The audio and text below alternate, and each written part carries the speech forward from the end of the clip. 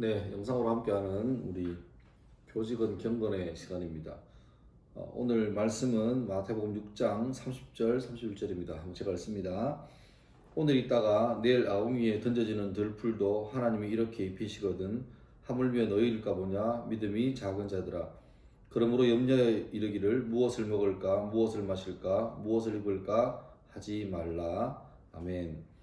오늘 제목을 나를 바라보는 눈으로 잡았습니다. 나를 바라보는 눈.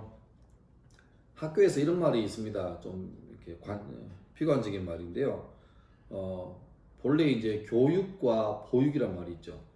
그러니까 교육은 뭐 초, 중, 고, 대에서 흔히 하는 말이고, 보육은 무슨 어린이집이나 뭐 이런 쪽에서. 그러니까 보육은 무엇을 가르친다보다도 어떤 돌봄의 개념이 강한 거고, 교육은 말 그대로 안에 있는 어떤 잠재력을 끌어낸다 뭐 그런 게 있는데, 사실 지금 이제 우리 온라인 수업하면서 또 전반적으로 최근의 교육이 예전에 비해서는 이제는 보육 단계에서 끝내야 될 일을 교육 단계까지, 그러니까 온라인 수업할 때 담임쌤들 아침에 조회하잖아요. 뭐 생활 어떤 관리가 안 되는 사람들은 아직 일어나지도 못하고 있는 거죠. 새벽까지 뭐 유튜브를 보다가 뭐 그럴 수 있겠죠. 그래서 일일이 전화해서 깨우고 수업 알아서 잘 들으라 그렇게 달래고 얼래고 해야 겨우 이제 수업에 임하는. 근데 저도 이제 수업 해보지만 출석 부르면 목소리가 뭐다예 이런 게 많아가지고 간혹 우리끼리 하는 소리가, 야 우리는 교육장가 보육장가에 대한 그런 딜레마에 빠질 때가 있습니다. 교육의 목적은 자아 성취라 그러죠. 자아 성취. 그러니까 자아, 내가 진짜 내가 생각하는 나하고 진짜 나하고를 맞춰가는 시간입니다. 그러니까 내가 누구인지, 또 도대체 어떤 삶이 가치 있는 삶인지, 또 그 방향이 가치 있는 삶이라고 확정되면 거침없이 그 방향으로 달려갈 수 있도록 동기부여하고 힘을 주고 지지해 주는 것이 바로 교육입니다. 그래서 유교에 보면 경물치지라고 있습니다. 어떤 사물에 대해서 궁금해서 가까이 가보고 거기에 대한 지식을 연구하고 탐구해서 그에 대한 방대한 지식을 다 깨달아 알게 되는 경물치지. 그런데 경물치지 이전에 먼저 자기 이해, who am I? 나는 누구인가에 대한 답이 나와야, 이게 확실해야, 내 안에서 답이 나와야 내 밖으로의 어떤 연구, 학업, 이것도 이제 의미가 있어지는 거죠. 그러니까 자신과 사물을 어떻게 바라보는가, 이 세계가 어떤 세계인가, 어떤 그런 이해하는 틀, 프레임을 우리는 흔히 가치관 혹은 세계관이라고 말합니다. 그리고 이 가치관, 이 세계관이 그 사람 평생의 삶이 어떤 질의 삶을 살 것인가를 결정하는 굉장히 중요한 어떤 요소입니다. 그래서 어찌 말하면 이 공교육기간, 우리가 초등학교, 중학교, 고등학교, 뭐 대학까지 포함해서 이 기간 동안에 세계를 바라보는 건강한 눈, 건강한 가치관을 확립해야 내가 왜 살지, 어떻게 살지, 어느 방향으로 살지, 거기에 대한 추진력을 얻을 수 있다는 거죠. 그러니까 가치관 결정이 무엇보다 중요하고, 신앙도 마찬가지입니다. 신앙도 단순하게 일요일날 교회에 간다 이런 게 아니라 예수 믿는 내가 어떤 존재인지, 하나님이 나에게 뭘 원하시는지, 내가 주를 위해서 어떻게 삶을 살아야 될지에 대한 올바른 가치관, 신앙적 가치관을 바로 확립하고 그 방향으로 평생을 살아가기 위한 도약을 위한 준비 과정이 바로 이 청소년기 때가 되는 것입니다. 여러분, 자기를 바라볼 때 여러 가지 입장이 있는 것 같은데, 예를 들면 자기를 굉장히 보잘것없는 존재로 보는 사람이 있습니다. 자존감이 굉장히 낮은 사람이죠. 성장 과정에서 어떤 보호자의 충분한 어떤 보호를 받지 못하고 양육을 받지 못하고 자란 사람들은 자기를 보는 입장이 굉장히 비관적이죠. 나 같은 사람은 손해밖에 안 돼, 짐밖에 안 돼, 난 없어지는 게 좋아, 그런 사람도 있습니다.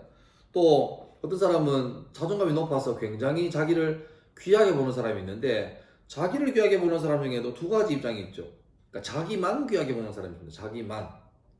나는 소중하고 나는 귀한 것은 본능이잖아요. 그래서 성경 말씀에도 내 이웃을 내 몸과 같이 사랑하라. 다시 말하면 자기가 자기 몸 챙기는 것은 본능이거든요.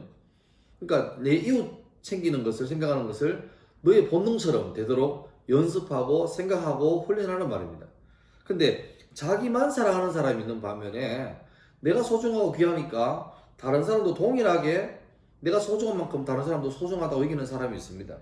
그러니까 우리가 전자를 말할 때 자만심이나 자존심이 가득한 사람으로 부른다면 후자, 내가 귀하니까 동일하게 남도 나처럼 귀하고 소중한 존재라고 생각하는 사람, 그런 사람이 가지고 있는 자기 인식을 우리는 자아 존중감 혹은 자기 효능감 이렇게 말합니다. 오늘 말씀 보면 오늘 있다가 내일 나오기에 던져질 이름도 없는 들풀, 그 풀도 하나님이 기가 막히게 창조했다라고 말하고 있죠. 예전 번역의 시편에 보면 하나님께서 모태에서 나를 조성하실 때 그 신비로움이, 인체의 신비가 기가 막히다는 말을 한자로 신묘막측하다라고 표현합니다. 그러니까 때로는 우리가 그 한자나 영어나, 그러니까 우리말로 표현할 수 없는 뉘앙스가 있는 게 있잖아요. 그러니까 저는 지금 새로 바뀐 버전보다 옛날 버전이 더 솔직히 개인적으로 받았습니다.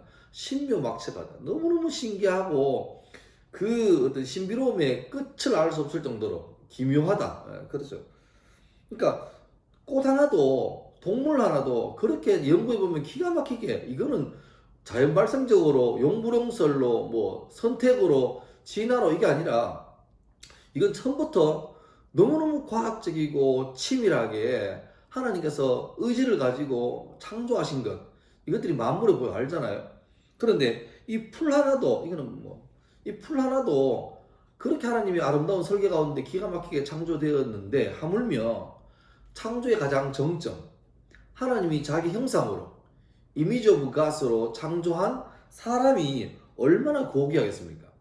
그러니까 내가 그만큼 소중하다는 거예요. 시편을 봐도 우리를 말하기를 하나님보다 조금 못하게 창조했다는 말이 나오잖아요.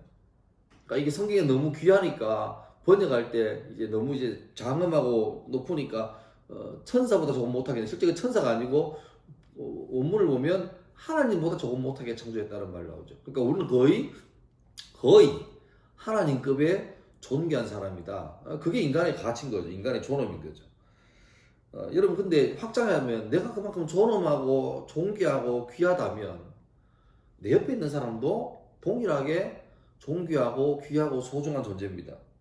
그래서 내가 참 귀하고 소중하지만 이렇게 너가 아니라 우리라는 개념이 어떨까요? 확장된 나. 나는 나고 너는 너지만 내가 더 확장돼 버리면 나, 우리 이래 되는 거죠. 그러니까 내가 소중하고 내가 존귀하다면 내가 포함된 우리 역시 존귀하고 소중하잖아요. 그러니까 그런 마음, 그렇게 마인드가 있으면 그가 속한 어떤 공동체든 간에 그 사람 때문에 가치, 생명력, 어떤 생명의 활기가 넘칠 거라 생각합니다. 여러분, 그래서 오늘 가치관에 관한 문제인데요. 여러분, 자기를 볼 때 객관적으로 어떻게 남들이 평가할지 모르겠습니다. 지금 우리가 사는 세상은 전부 다 숫자로 평가하잖아요. 하물며 소고기도 투뿔이 있고 원뿔이 있는데, 대학생들은 전부 다 학교 가면 학번이 주어지고 성적도 등급으로 주어지고, 고등학생도 이제 곧 수능이 코앞이지만 1등급부터 9등까지 인생으로 결정되어지고, 군대 가도 군번이 주어지고, 이 땅에 주민으로 태어나면 주민번호가 주어지고.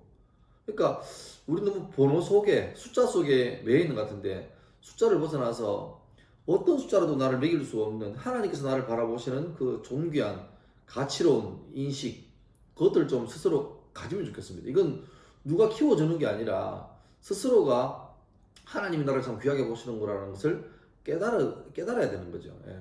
하나님께서 성경을 통해서 계속해서 내가 너를 존귀하게 여긴다, 내가 너를 소중히 여긴다, 내가 너를 내 손바닥에 새겼다, 내 마음에 두었다. 그렇게 네가 너무 귀해서 네가 가는 곳마다 내가 너의 앞길 인도해 줄게. 주의 말씀은 내 발의 등이요 내 길의 빛이라. 네 바로 앞도 내가 인도해 주고 네 갈 길도 내가 인도해 줄게. 광야를 지날 때 구름 기둥과 불 기둥으로 인도하는 것처럼 네 인생을 내가 개입해서 도와줄게. 물 가운데로 지날 때, 불 가운데로 지날 때 물이 너를 침몰치 못하고 불이 너를 사라지 못하게 지켜줄게. 그 증거로 다니엘의 세 친구 같은 경우에는 불 속에 들어갔지만 주님께서 도우셨고, 모세와 이스라엘 백성들은 물 속에 들어갔지만 주님께서 도우셨고, 내가 그런 존재라는 것을 좀 알면, 다른 객관적인 어떤 남들의 평가가 아니라 주님이 나를 남들이 어떻게 보든 간에 주님이 나를 귀하게 보시는 것을 좀 마음에 깨달으면 좀 뿌듯함이 있죠.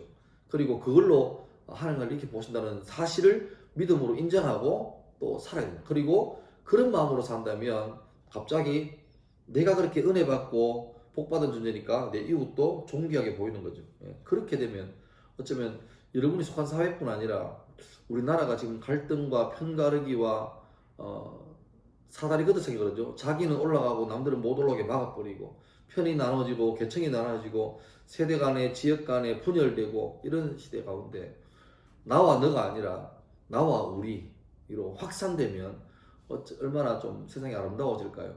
날씨가 추워지는데 여러분 자기를 보는 눈을 좀 하나님께서 여러분을 보시는 눈으로 가지길 바랍니다. 그리고 그 확인하기 위해서 계속 말씀을 좀 보길 바래요. 또한 내 이웃들 내가 볼 때도 저 사람 아이고 그런 것 같아도 나 역시 하나님께서 그런 존재지만 나를 볼 때 소중히 보시는 것처럼 내 이웃도 주님께서 그 사람을 소중히 보시는 그 마음을 가지고 동일하게 사랑하고 섬기고 베풀면 좋겠습니다. 이번 한 주간도 그렇게 승리하기를 주의 이름으로 축원합니다. 감사합니다.